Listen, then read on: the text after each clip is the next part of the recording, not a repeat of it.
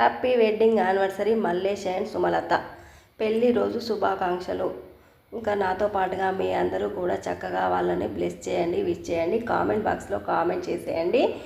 ఇంకా వాళ్ళు ఇలాంటి పెళ్లి రోజులైతే ఇంకా ఎన్నో జరుపుకోవాలని మనస్ఫూర్తిగా కోరుకుంటున్నానండి. ఆరోగ్యవంతమైన సంతోషకరమైన పెళ్లి రోజులైతే చేసుకోవాలని ఇంకా మా బలరామ బలగం ఆశీస్సులు అందరివి అయితే ఇస్తున్నానండి.